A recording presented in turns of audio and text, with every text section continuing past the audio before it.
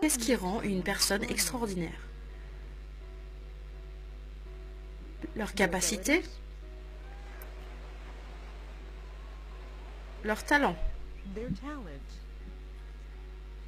Ou simplement leur sourire?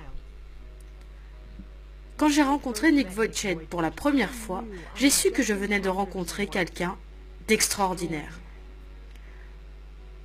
Dès l'instant où il a commencé à partager avec moi sa merveilleuse histoire, j'ai pu voir comment Dieu utilisait un homme sans bras ni jambes pour être ses mains et ses pieds. Mon père disait qu'il était à côté de ma mère lorsque j'étais en train de naître, et il a vu mon épaule sortir. Il a pâli. Il espérait que ma mère n'avait pas vu parce qu'il a remarqué que je n'avais pas de bras droit. Il a dû quitter la pièce. Il ne pouvait croire ce qu'il avait vu. Le docteur est arrivé et mon père lui a dit « Mon fils, il n'a pas de bras droit. » Et le docteur a répondu « Non, il n'a pas de bras du tout, ni de jambes. » Mon père n'en croyait pas ses oreilles. À l'église, tous étaient dans le deuil disant « Pourquoi Dieu a permis que quelqu'un naisse ainsi ?» Au début, ma mère ne voulait même pas me porter, ni m'allaiter. Elle s'est sentie très mal à l'aise les premiers mois, et il a fallu à mes parents beaucoup de temps pour faire de nouveau confiance à Dieu, pour savoir qu'il n'avait pas commis une erreur, qu'il ne nous avait pas oubliés. Les parents de Nick ont remis leur peur et leur déception face aux incapacités de leur fils entre les mains du Seigneur. Ils ont décidé de faire confiance à Dieu et de croire qu'il avait un avenir et une espérance, que Dieu avait un plan pour lui. Mais alors que les années ont passé, Nick a fait face à de nombreux défis. Il avait du mal à faire confiance à un Dieu qui, selon lui avait donné moins qu'aux autres. J'ai défié Dieu en disant « Dieu, je sais que je suis pécheur et que je n'aurai probablement jamais la paix si je ne t'invite pas dans mon cœur. Mais je ne t'y inviterai pas tant que tu n'auras pas répondu à ma question. Pourquoi as-tu pris mes bras et mes jambes? Pourquoi ne m'as-tu pas donné tout ce que les autres ont? » Et j'ai dit « Dieu, tant que tu ne m'auras pas répondu, je ne te servirai pas. » Alors j'ai voulu tout arrêter. Si Dieu n'abrégeait pas mes souffrances, alors j'allais le faire moi-même. C'est ainsi qu'à l'âge de 8 ans, j'ai tenté de me noyer dans mon bain. J'ai dit à mes parents, je veux juste me relaxer un peu, pouvez-vous me mettre dans le bain? Je me suis retourné à 2 reprises pour voir si j'allais aller jusqu'au bout. N'y suis pas arrivé. La pensée qui m'a empêché de le faire, c'était l'amour que j'avais pour mes parents. Je les aime tellement. Tout ce qu'ils ont fait, c'est de m'aimer. Et j'ai pensé aux conséquences qu'aurait eu ma mort. J'ai imaginé mes funérailles. Je voyais que tout ce que ça apporterait serait un sentiment de culpabilité sur mes parents qui n'auraient rien pu faire de plus. Ce serait la dernière fois que Nick penserait au suicide, mais ce ne serait pas la dernière fois qu'il devrait faire face aux difficultés qui l'ont poussé à avoir l'envie d'en finir avec ses souffrances.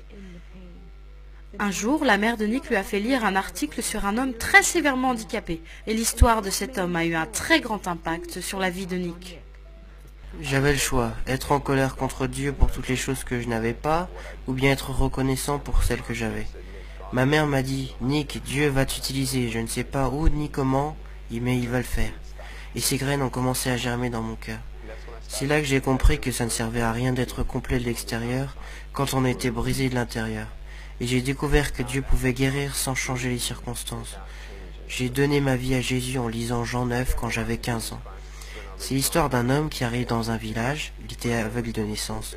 Jésus l'a vu et les gens disaient « Pourquoi cet homme est-il né ainsi ?» Jésus a répondu « C'est afin que les œuvres de Dieu soient manifestées en lui. » Et dans 2 Timothée 3,16, il est écrit que toute écriture est inspirée de Dieu. Et je crois que c'est Dieu qui m'a insufflé la vie et la foi. Cette foi est venue sur moi, cette paix est venue sur moi, et j'ai senti que Dieu avait répondu à ma question.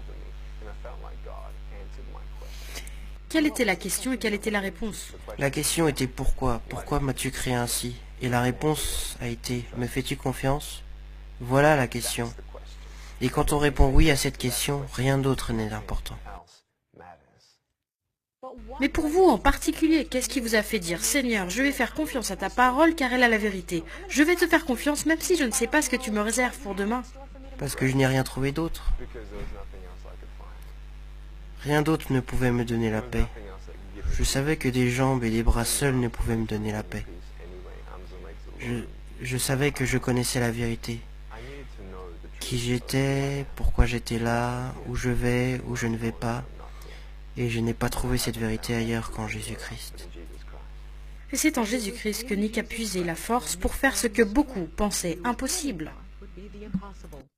C'est dur d'être fort quand des gens vous disent constamment « Tu n'es pas assez bien, va-t'en, on ne veut rien avoir à faire avec toi. Nick, tu n'es personne, Nick, tu ne peux pas faire ceci ou cela, Nick, Nick, Nick. » Dans la vie, si tu ne sais pas la vérité, tu ne peux pas être libre. Parce que tu crois que les mensonges sont la vérité. Mais on réalise qui nous sommes en vérité en lisant la parole de Dieu. Je ne suis pas un homme sans bras ni jambes, je suis un enfant de Dieu. Je suis pardonné mes péchés, je suis ambassadeur du roi des rois, du Seigneur des seigneurs. Je ne suis rien d'autre qu'un serviteur du Dieu très haut. Ça n'a rien à voir avec Nick, ni les capacités de Nick à devenir un conquérant.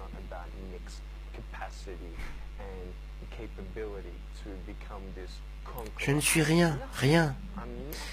Mais Dieu, en revanche, vit en moi, et maintenant je vis dans sa force. Tout ce que Jésus conquit, je le conquis aussi.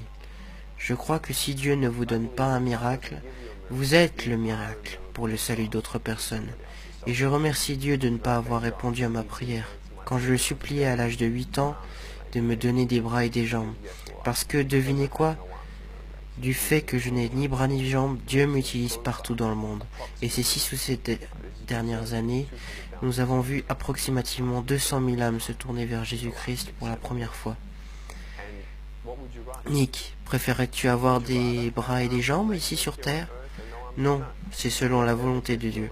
Parce que je préfère ne pas avoir temporairement de bras et de jambes ici sur Terre et pouvoir gagner quelqu'un pour Jésus-Christ et passer l'éternité avec eux. Ces 10 dernières années, Nick a partagé son histoire dans 24 pays et a atteint plus de 3 millions de personnes. Qu'il parle dans un stade bondé de monde ou à une personne en particulier, son cœur derrière le message est le même. Dieu vous aime. Il n'a pas oublié votre souffrance. Il n'a pas oublié votre famille. Et peut-être qu'en regardant cette interview, vous avez comparé votre souffrance à la mienne. Mais l'espoir n'est pas dans le fait de savoir que, selon votre opinion, quelqu'un est plus malheureux que vous. L'espoir n'est pas là, mais l'espoir est dans le nom de Dieu, le nom du Seigneur Jésus-Christ. L'espoir est de comparer votre souffrance à l'amour incommensurable et la grâce infinie de Dieu. Ésaïe 40, 31 dit « Ceux qui s'attendent à l'Éternel renouvelleront leurs forces. Ils s'élèveront avec des ailes comme des aigles. » Je n'avais pas besoin que mes circonstances changent. Je n'avais pas besoin de bras et de jambes. J'ai besoin des ailes du Saint-Esprit et je vole, parce que je sais que Jésus me tient debout. N'abandonnez pas Dieu, car lui ne vous abandonnera jamais.